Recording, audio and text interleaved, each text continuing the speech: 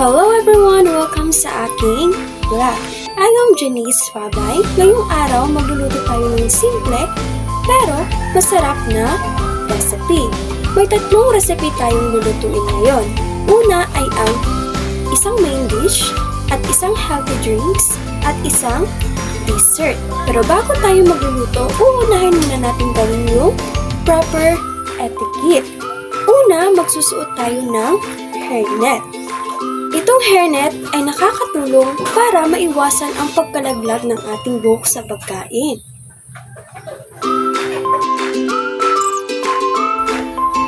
At ang pangalawang gagawin natin ay magsuot tayo ng apron. Itong apron ay nakakatulong para maiwasan na madumihan ang mga damit natin. At ang pangatlong proper etiquette ay kung meron kayong bracelet, relo, singsing, or mga alahas sa inyong mga kamay, maaari nyo muna itong kunin para maiwasan ang disgrasya sa pagluluto. Okay, before tayo magluluto, make sure na paghuhugas tayo ng kamay.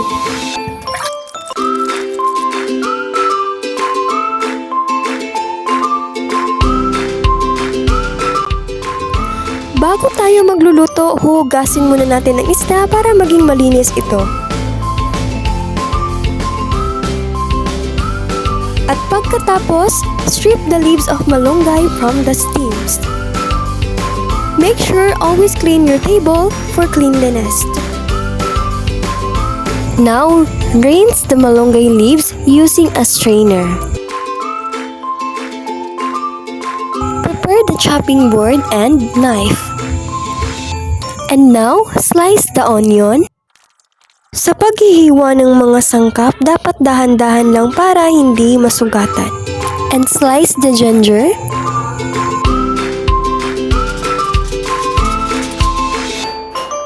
Slice the tomato.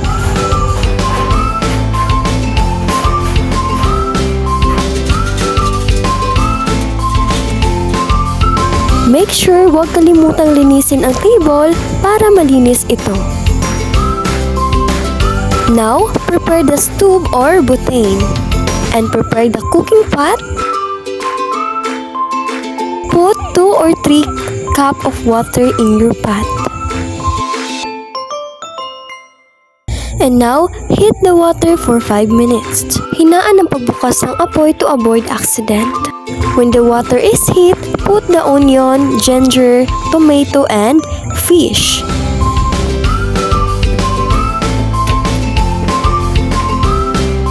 And add magic syrup and salt.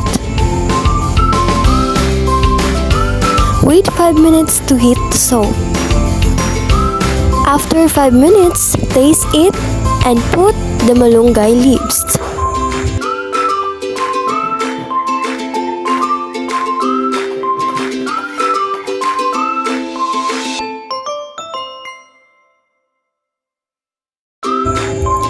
And now, wait 3 minutes to heat.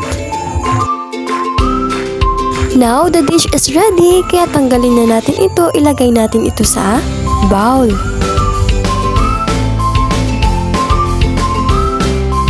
Sa pagluluto ng sinabaw na isda, ginamit ko ang boiling technique upang maluto ng pantay ang isda at proper knife handling sa paghihiwa ng sibuyas at kamatis. Laging inilalayo ang kamay sa talim para sa kaligtasan. Sinigurado ko rin kung malinis ang kagamitan at maingat sa mainit na tubig bilang bahagi ng food safety practices. Ang ulam na ito ay mayaman sa protina mula sa isda at bitamina mula sa malunggay, mababa sa taba at nakakatulong sa hydration ng katawan.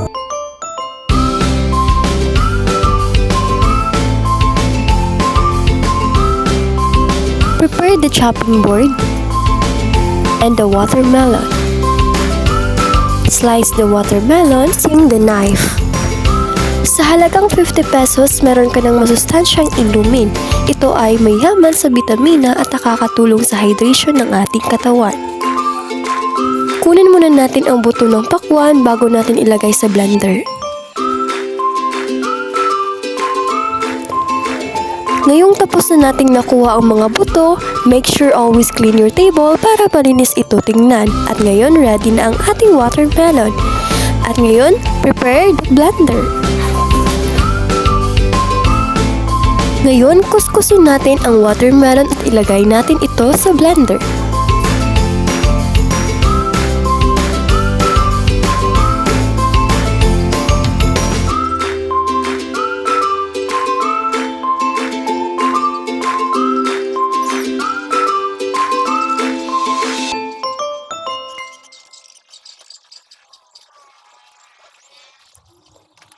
Now, always clean your table kung may nakikita kang marumi.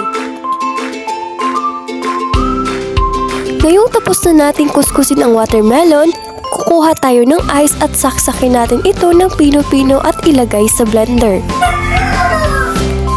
Now, for last ingredients, ilagay natin ang milk sa blender.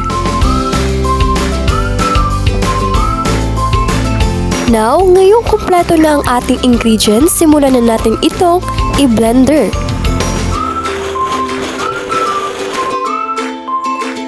Ngayong tapos na natin itong i-blend, kukuha tayo ng baso at ilagay natin ito. Ngayon, ready na ang ating watermelon shake. Sa paggawa ng watermelon shake, ginamit ang blending technique para gawing pino ang pakwan at milk mixture habang sinusunod ang tamang paghihiwa gamit ang kutsilyo at proper handling ng blender lid upang maiwasan ang aksidente. Sinisigurado rin na malinis ang chopping board at blender bowl bilang bahagi ng kitchen safety at sanitation practices. Ang shake na ito ay mayaman sa bitamina, nakakatulong sa hydration at isang healthy na inumin para sa katawan.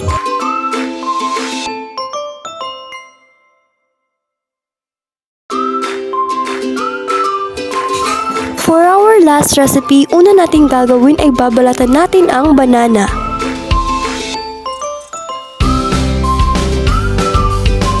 Ngayong tapos na ang pagbabalat, hahatiin natin ang banana ng 3 or 4 na hati sa gitna gamit ang kutsilyo.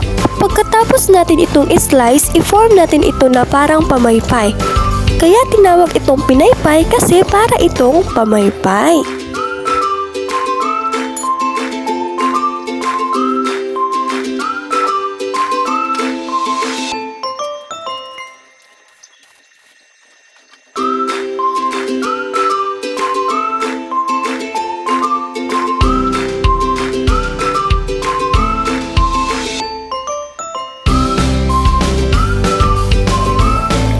Ngayong tapos na natin itong slice, hugasan muna natin ang ating mga kamay. Ngayon, i-prepare natin ang plato at maglagay tayo ng 1/4 all-purpose flour.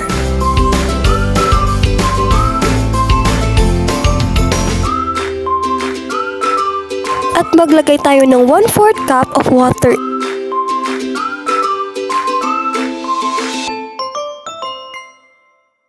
At pagkatapos, ilagay natin ang tubig sa flour at paghahalo-haluin natin ito hanggang sa maging malapot.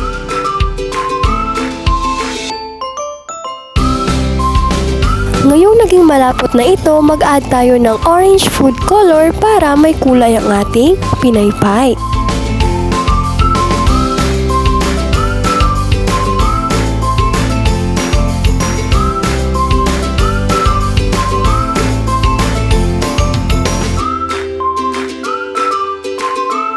Ngayong naging makulay na ito, i-prepare natin ang ating stube or butane. Ngayon, i-prepare natin ang ating frying pan at hintayin natin ito na maging mainit. At pagkatapos na mainit, mag-add tayo ng coconut oil. You always make sure na ang hawakan ng frying pan ay nasa gilid para maiwasan ang aksidente. At pagkatapos, hintayin natin uminit ang mantika. Ngayong mainit na ang mantika, inilagay ko ang saging sa ating ginawang pagmimix kanina sa harina, tubig at orange food color. Ngayong ready na ang pinaypay, ilalagay na natin ito sa mantika at atin itong piprituhin.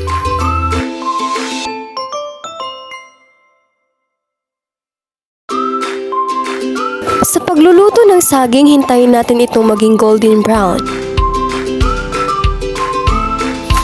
Kung maging golden brown na ito, dito natin malalaman kung luto na ang saging.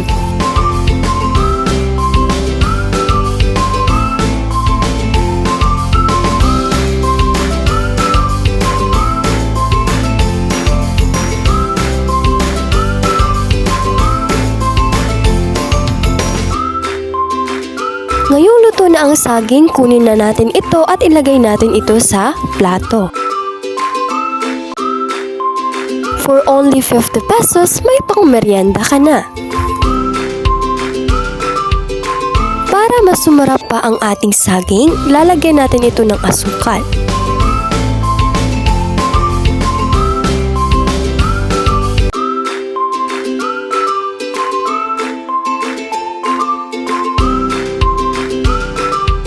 Ngayong tapos na tayo sa ating pagluluto, ipapatikim natin ito sa ating mahal sa buhay.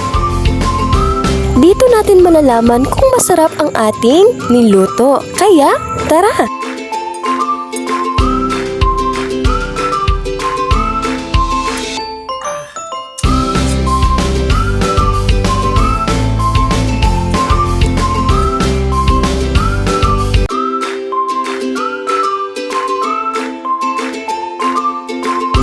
Sa pagluluto ng pinaypay na pritong saging, ginamit ang proper slicing technique sa paghahati ng saging at deep frying technique sa pagprito nito, habang maingat sa mainit na mantika at malinis na mga kagamitan para sa kaligtasan. Ang dessert na ito ay nagbibigay ng enerhiya at masarap na pang-merienda. Sa buong proseso, sinunod ang food safety, sanitation at kitchen safety standards upang siguraduhing ligtas at malinis ang pagkain. Maraming salamat po sa panunood. Sa pagluluto po, mahalaga ang kalinisan, safety at tamang paraan ng paghahanda ng pagkain. Tandaan po, malinis at ligtas sa pagkain ay mas masarap at mas mabuti para sa ating kalusugan.